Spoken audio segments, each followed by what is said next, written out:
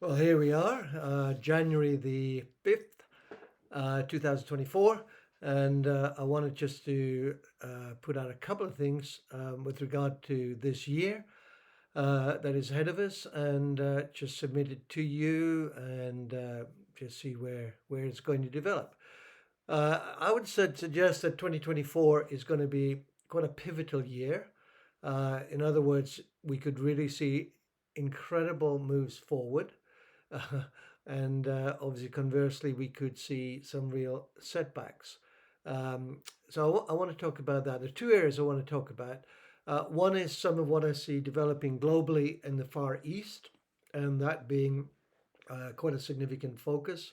Hence, if that be true, we need to be expecting that there will be those who are, I guess, called to work in the Far East in a particular way, and also some fresh challenges there for those who follow Christ. We'll talk about that. The second one, and I'll try to expand on this, is I've been aware that so often we, particularly us charismatics, are asking, where's the next move of God? We're waiting for the next thing that God is going to do. And I suspect, I don't go around reading, so I don't know, but I suspect that we will probably have a flurry of words along the lines of God's about to do something new, something incredible, or outpouring the Spirit. It's going to be greater than anything that's gone before. And in some senses, I think that that is true. But the huge question I have is where do we expect that to be? Uh, I put it this way: I think we're looking for where's the next God move. Maybe God is looking for where's the next people move among people. Where will it be? What will it be? What will shape it? So, talking about a pivotal year. Um, Obviously, there's tension. I spoke about it last year. Tension between China and Taiwan that is not disappearing. But I really want to hold out that I believe we can, uh, in prayer with God, we can hold back actual war between China and Taiwan, and that we can see something shift. I'm really aware that at a time of domestic problems internally, that often leaders turn their attention outside, and one of the ways that they seek to detract or push pressure away is even by war. But I believe in God that we can hold that back. However, what I do see this year is more than potential threat, more than what I would call skirmishes, but actual conflict uh, in the Far East, but on lands that are, or islands rather, that are disputed. In other words, this country claims it, that country claims it, in actual, more than simply posturing. And I think that's going to be there as a real sign, but also as a real challenge. And this is where I consider always that everything global becomes personal, that we can expect what's happening globally to be reflected personally. And for some time last year, I was focused on boundaries, borders. What is legitimately my borders and boundaries, and how do I hold on to them? How do I establish them? How do I, in within those boundaries, find that God has blessed me, but also given me an inheritance? So I also think this year is going to be a lot about disputed boundaries over your life, over your time, over your alignments. I pray a lot into alignments that have got us thus far, but are inadequate for the future, and pray into fresh alignments. And I feel that this is going to be one of the aspects that God is going to push on us personally, or we're going to have to push into alignments over disputed, as it were, disputed territory. Is this my territory or is it not?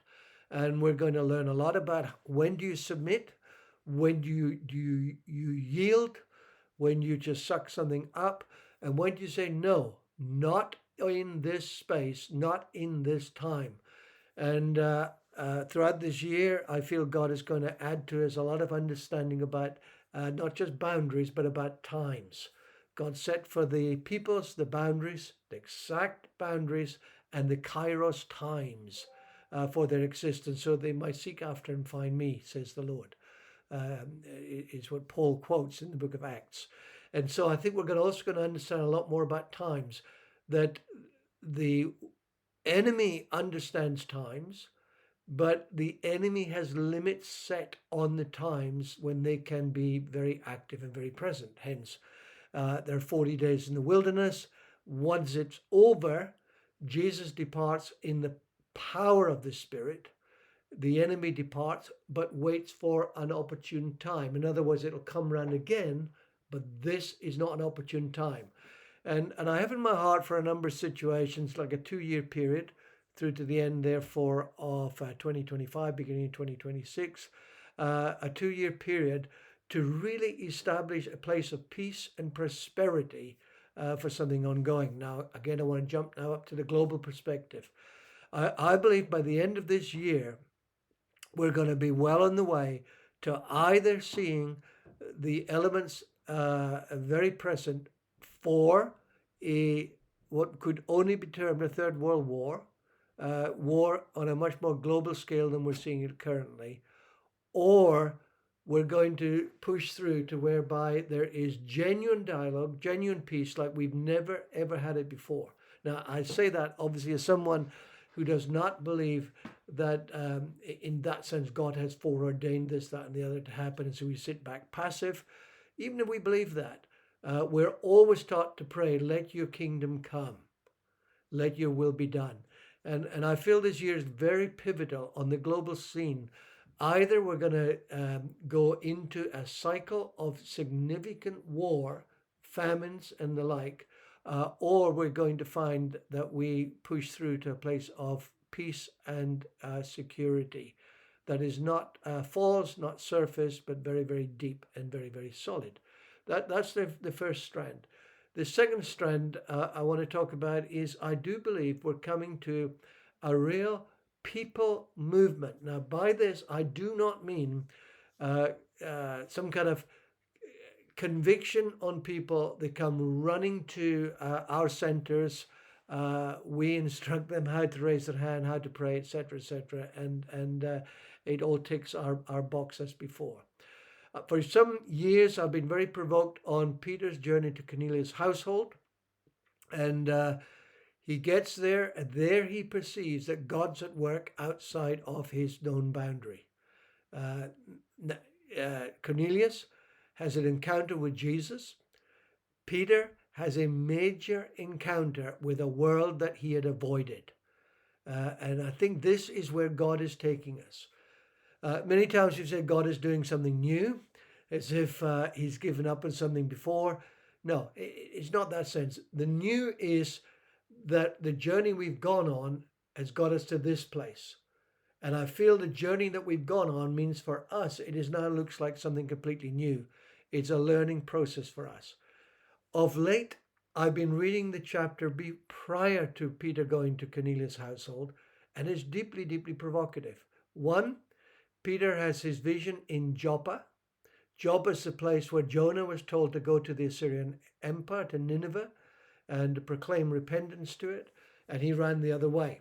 So it's a place, it's a pivotal place. Which way are you going to go? Secondly, he's staying with a man called Simon the Tanner. In fact, Dorcas has just been raised from the dead. The news of that spreads everywhere. But where does Peter position himself? In the home of Simon the Tanner. Luke repeatedly uses the phrase Simon the Tanner. The tanner, the one who works with leather. Therefore is working with dead animals. Therefore, according to the Levitical code, is unclean. This is where Peter begins his life. This is where he gets his vision, arise, kill, on the unclean animals that come down. And he says, never have I done so. Where I'm at with this story, and then the Cornelius one that follows that, is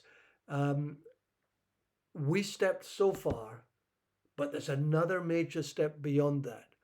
Peter has abandoned so much living with Simon the Tanner, but he's still got to go further. There is further for us to go. It's pivotal. Joppa is a pivotal place. So I feel this is what is before us this year. I was going to say confronting, and maybe that's the right word, but it's before us. In other words, a people movement, I'm not anticipating it simply being or being as simple as people coming to our faith, us journeying where we are deeply, deeply uncomfortable and probably not knowing how to connect and discovering that God is already present at some level. And I think this is where we have to learn how to cope with the world as is. God is present in the world. We're there to bring the presence of Jesus, but not imposing it, but I believe somehow explaining in what way God is there and the fullness of God. That Jesus is not simply the way to God, but he's the way to know who this God is. So I see the two big things for this year. The Far East is a huge, huge focus and will be under major, major tension this year. I think it's 1/4 of the world's population will have their futures decided by the election ballot, supposedly democracy. Obviously, we know that some countries are not democratic, and many that we think are democratic are not. Just follow the money, follow the influence, and you'll see how the people's vote is not really what determines the future. It's a huge year. It's a pivotal year, and there's going to be major pivots in the Far East, and I think major conflicts there that they're going to have to deal with. Major conflicts we will have to deal with. Battles that we've not thought that we had to deal with before are going to have to be dealt with. We're going to have to learn how to negotiate those. And then journeys from Joppa, journeys even when we think we have revelation, in the place where we're so radical, we're going to discover there's a God in heaven who still is motivated by reaching the world. Therefore, I do concur if there are words saying a greater move than, but it's not going to be a repeat of what's gone before. Come to this center. You know what? That will happen. But it's not the center of what God is doing and where she is involved. We're going to be pulled beyond where we are comfortable, and we're going to run out of our nice, neat explanations for what we discover and what we see. So I see a huge year. I think one more thing I'll add.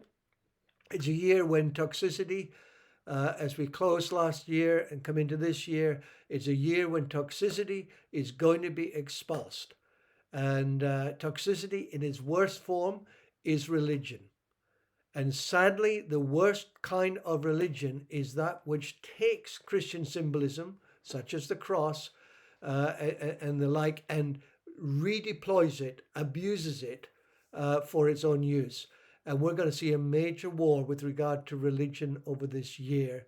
And it's not going to be a pretty sight. So I also anticipate a number of the conflicts that will take place globally will be with a religious undertone and religious language within it.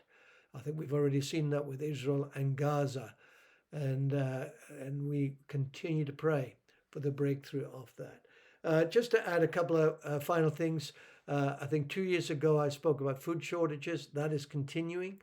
We're going to see some incredible fluctuations of price this year in raw goods, which is going to come through into the marketplace. And secondly, an acceleration of this new currency that is, I believe, is really come into the pipeline over this last year. And whether it comes to fullness this next year, I don't know. But it's going to challenge so much of the economics there. Toxicity, probably we're going to have some real crises before the end of March that are really threatening global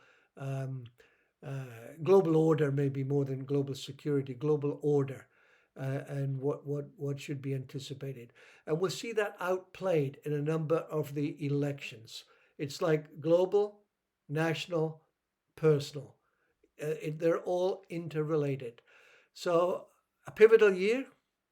We could see things we've never seen before. And we could say we're in Joppa, but we're going to Tarshish to escape what God's doing, or actually we're going to go from Joppa direct to Nineveh, or Joppa to Cornelius' household. So those are some of my perspectives as we come into this year, and I trust that they might resonate in some way. Thank you.